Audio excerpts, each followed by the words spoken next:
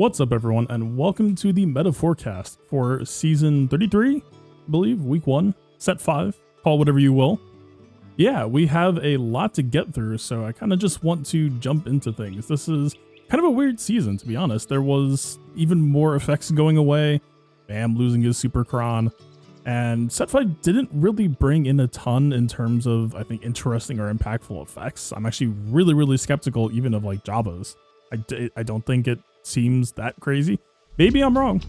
Time will tell, but I have a lot of trauma from fighting Dodge Jabba last season, and to be honest, this sounds way less bad than just fighting more Dodge Jabba, so who knows? I'm actually kind of looking forward to it. Maybe people will be convinced that he really needs 15% turn meter, you know, instead of dodging 95% of my hits. First things first, I am no longer asking. I am telling you, I have been way too light on this for way too long. If you are still not at least considering Iden on defense, I don't know what you're doing. I don't know what I'm doing wrong. I don't know what magic words I've got to say to get you to at least like maybe consider it.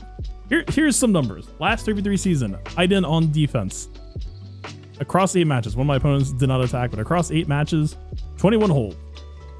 It is now, even in 5u5, with this setup that we are now transitioning back into this next 33 season, one of the best defense teams I have had for almost a year now, ever since set 1, arguably a little bit before, but set 1 was when the tenacity angle came in, we got grit coming in, and now we have the deflection angle if you happen to have a few reroll materials left around from set 4.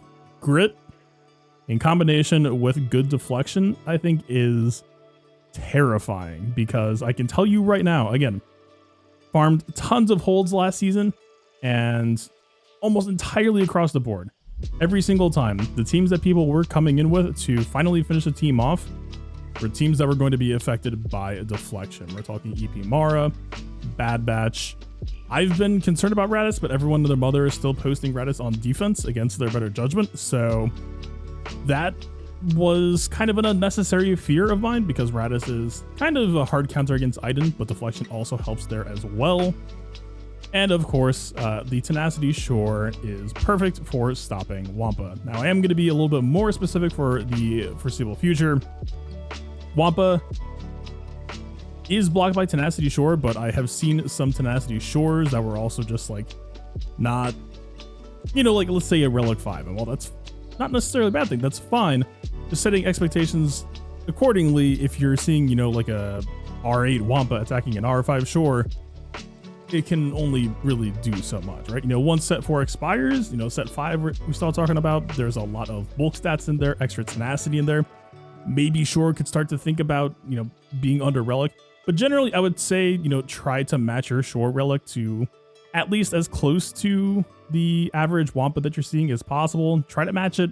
If you can go one over, that's even better. You know, maybe you could argue that it's a little bit of a high effort team. You know, you need to tune it up a little bit. You want to make sure your mods are coming correct, but I'm scared to see what it does with deflection this season. This team was already working with just the grit level 6 and mods. Now deflection's coming in, and the thorn in my side that was everyone and their mother having the initiate datacron, that has expired. That was also a get out of jail free card that they were using. They don't have that anymore. This is their problem to have, and this could be your problem for them to have too if you just give this team a shot. Another team that was, you know, I wrote strongly about like this team's history. This team had like a 1 year plus meta reign of terror back in the day. Eventually I was able to theorycraft a trooper solution to it, and then Datacrons came out, and yeah, most of the time there's a set that allows DR to kind of mess with troopers, and so this team is just back to having no natural predators, which is pretty cool and exciting. You know, there's a reason why we drop off of the S tier very quickly, and that's because S tier this season is so sharp. There is not a whole lot you can do here aside from, you know, maybe Star Killer. I haven't exactly seen it done. I'd be very curious to see that tried. Stuff like that. Yeah, you just put this in the right position. And again, this season to me, I think is very much about going wide. It's worked very well for me last season, where if you post 13 to hopefully 15 teams that are pretty threatening and demand some pretty solid responses across the board, eventually your opponent's going to slip, and that has worked out very well for me. And so that's why you see so many teams like this. Like, not to get too far ahead of ourselves, but this is why I'm trying to keep Savage separate. This is why I'm trying to keep Maul separate, is because they're going to trip somewhere eventually, right? Most opponents, in my experience, never full cleared, right? We're setting enough traps in enough places, and it's 3v3, so people don't want to put that much effort in or figure out, right? You just leave so much for them to figure out. It's 3v3. Most people don't care to even try, so they're either going to walk into the traps or they're just going to give up. I have certainly seen the giving up as well. Yeah, so moving right along, gas. We have a lot of teams in the bottom front that you will notice is all kind of running a theme of just trying to drain resources early. DR is looking to do that. Gas is looking to do that. Malgus we'll get to in a second, but we have all these teams that are honestly on some level they're a little bit less scary than they look, but people tend to be so nervous into attacking them that most of the time they're going to draw overkill anyway. And gas, I was able to theorycraft a solution with CLS beating him reliably in 3v3, but while set 4 is active, the dodge is stopping CLS from doing that, so it's a little bit less consistent for stuff like Qui-Gon Jinn Omicron, CLS, those types of cheaper teams to get easy kills on gas. So I think that this is worth keeping bottom front for now. A lot of people are just going to kill it with a GL, and they will regret it later. In the same vein, Malgus has lost set 3, but he did gain set 5, which does have some juicy stats for him, like health, which first time that he's had access to that. Armor as well. Protection, I think, is actually underrated for Malgus. Not the focus, of course, but you want to splash it in where you can. A lot of good stats. So even though he has lost his cooldown, he's kind of walking this tightrope now of how hard do you want to go?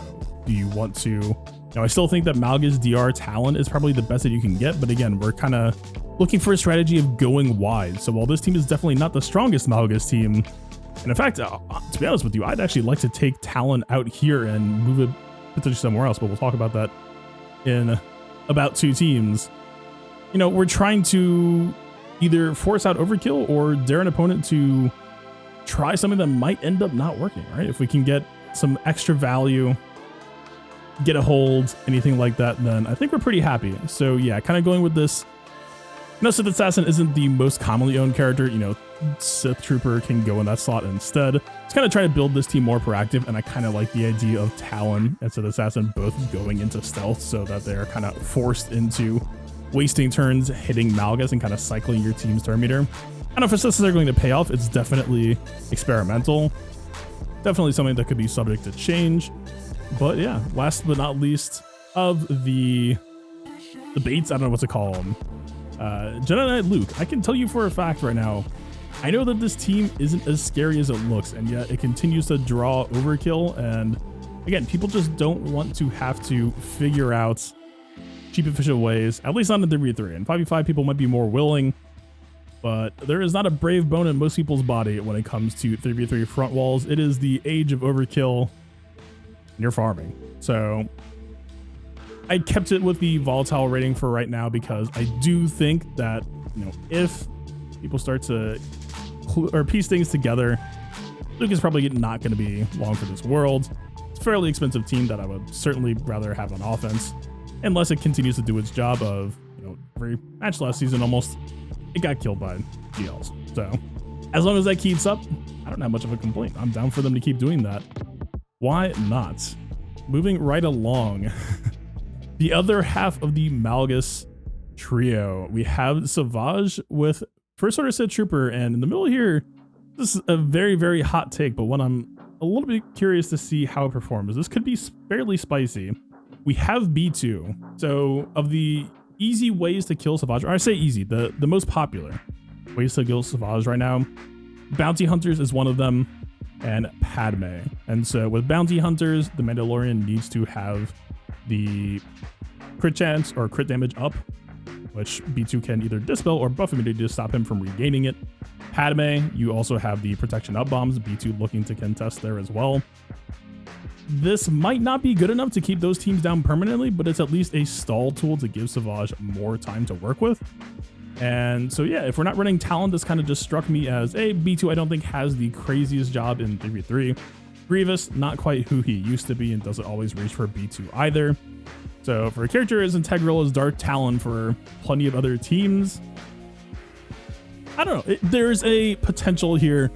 Not going to be as good as Talon, but Talon wasn't really solving the Padme Bounty Hunter problem anyway, so B2 could be a possible life raft. Moving right along, Qui-Gon, I've talked about this team plenty at this point. If you know, you know. If you don't, Qui-Gon, you mod him very fast so the Bad Batch can't go over.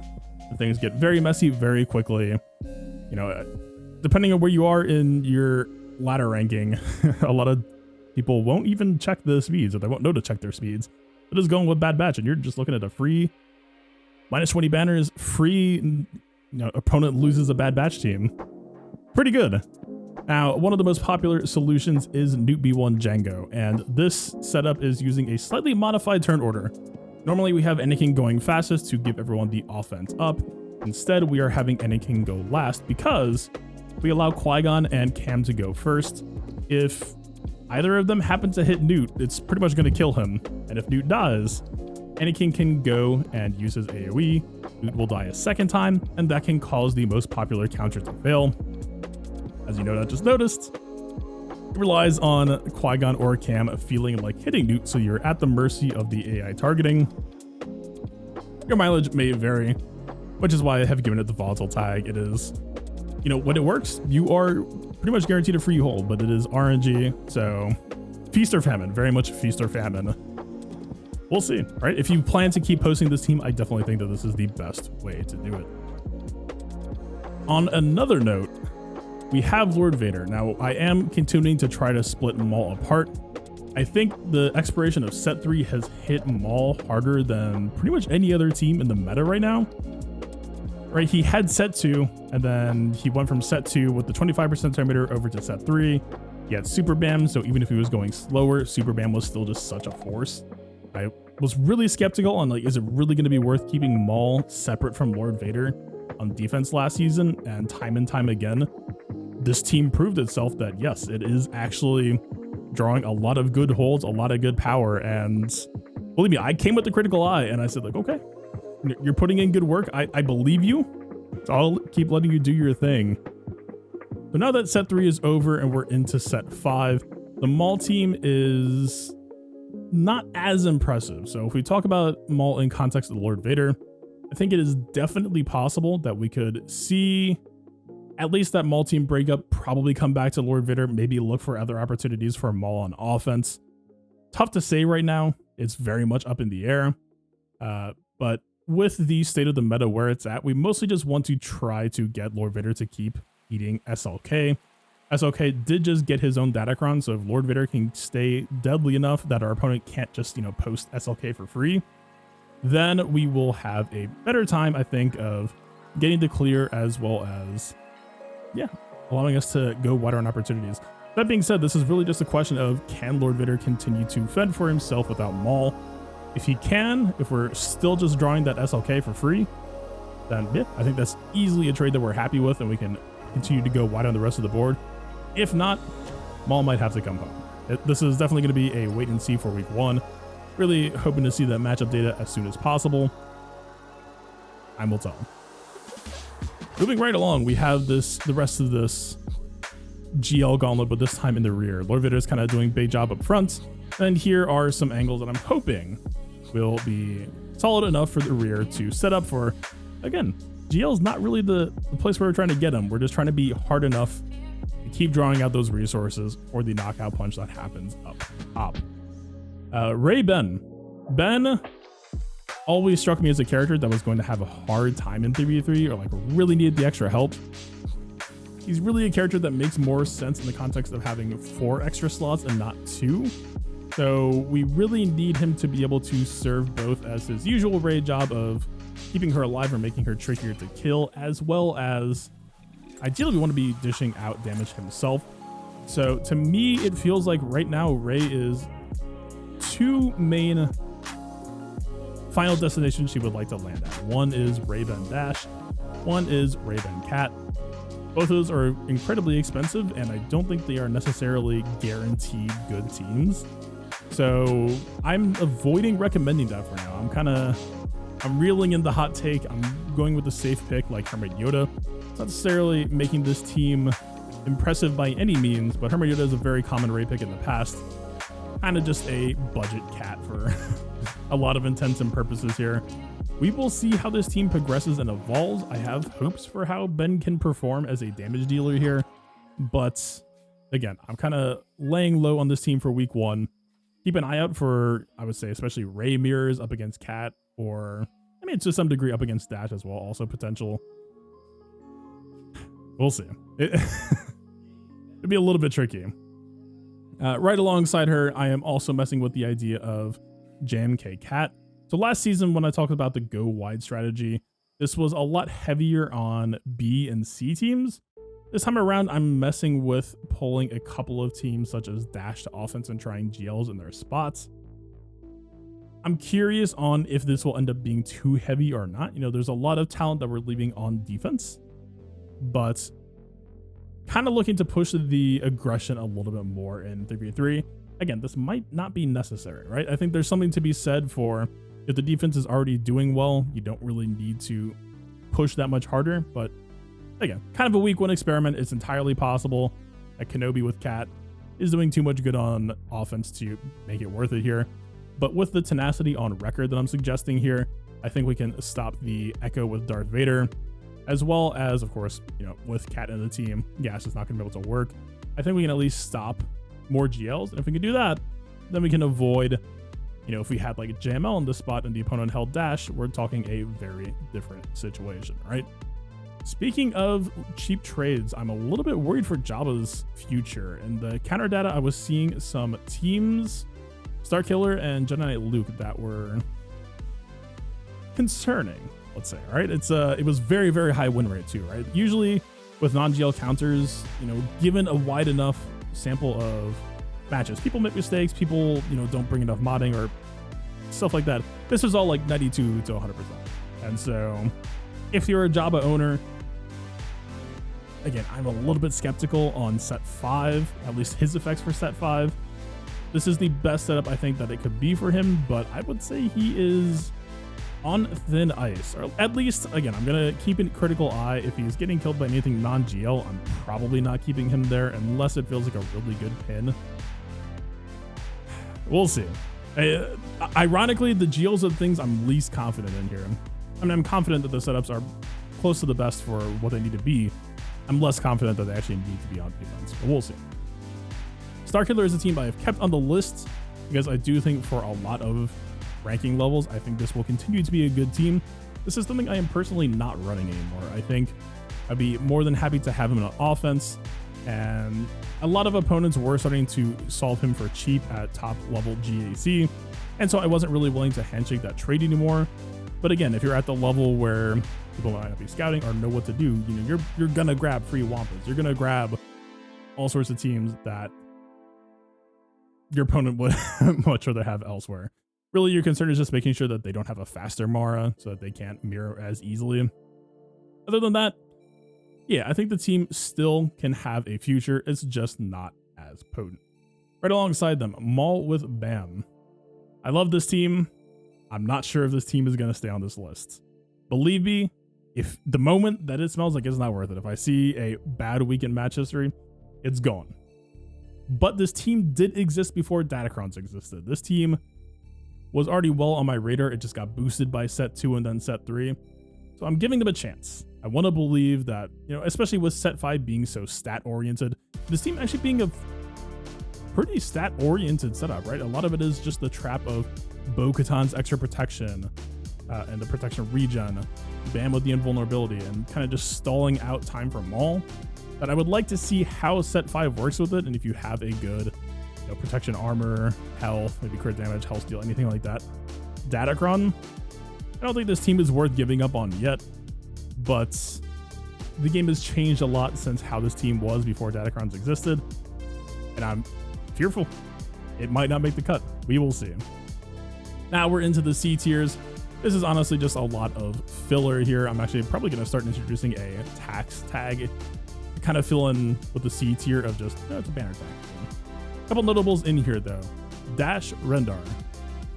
You might be wondering why Dash Datacron is down this low for how strong it is, and at least at my ranking level and nearby, people just have good enough triumvirate, or if the triumvirate's a little bit lacking, you can just shove in an armor Datacron. Dash Rendar has a god-awful armor pen value to the point where even if you spent $1,000 on making the perfect armor pen Datacron, it still might not even matter that much. It's just that rough. And so he is very much a feast or famine team right now. If he loses the triumvirate, it is not match wrecking, but that is one of the worst feelings. This is a team that can be actively out here slaughtering GLs very, very easily. Teams like JML, and we don't want to give up a GL counter against triumvirate. Maybe some of you do, but it's not for me. So yeah, I would really think long and hard about if you want to be posting Dash, or if you do, you know, maybe it should be in like the Ray-Ben team. Maybe it doesn't even need to be Ray-Ben. I don't know, maybe some version of like Ray, Dash, Vandor, right? There's plenty of options there. Yeah, I'm skeptical of Dash on defense, at least into triumvirate. It's just rough. I would rather not. Right alongside him, the unfortunate aspect about nobody believing Aiden is good on defense is she is a constant, just complete pain for CLS, and ever since set 2 ended, he could no longer really hold that matchup as successfully. And so his biggest defense mechanism right now is kind of just dodge, which feels a little bit bad to say. I mean, yeah, dodge, not exactly easy to have in copious amounts unless you're extremely lucky. And so if you want to keep posting CLS on defense, I think if you have a good dodge Datacron, he's a potential candidate that you could try to give to catch out an Aiden team. If you don't have that, you could try, you know, a heavy protection and armor, maybe throw in some crit damage on a set 5 Datacron and try to just get some extra value that way. But for the most part, fighting against Aiden on offense constantly it's a joy and a curse, because I also really love CLS, Bruiser CLS, and I really enjoy not having to fight against Aiden, because I got my first taste of it last season, and yeah, that seems pretty good. I didn't clear once. It's almost as if I've been trying to tell people for months for a reason. But as long as we're stuck in this state, hey, on the bright side, we don't have to worry about fighting Aiden. On the dark side, CLS is kind of just getting eternally bullied. And so just like Dash, I think he's a team that you could arguably cut. I'm being a little bit stubborn right now. I'm going to try running, 50, 60% dodge and see if it can just like catch out some Aiden teams. It probably won't. It's probably a waste of a CLS team. But again, trying to stick with this go wide theory, I would at least like to have it play out and see how things go. So with that being said, the last few teams are going to be pretty familiar from last season.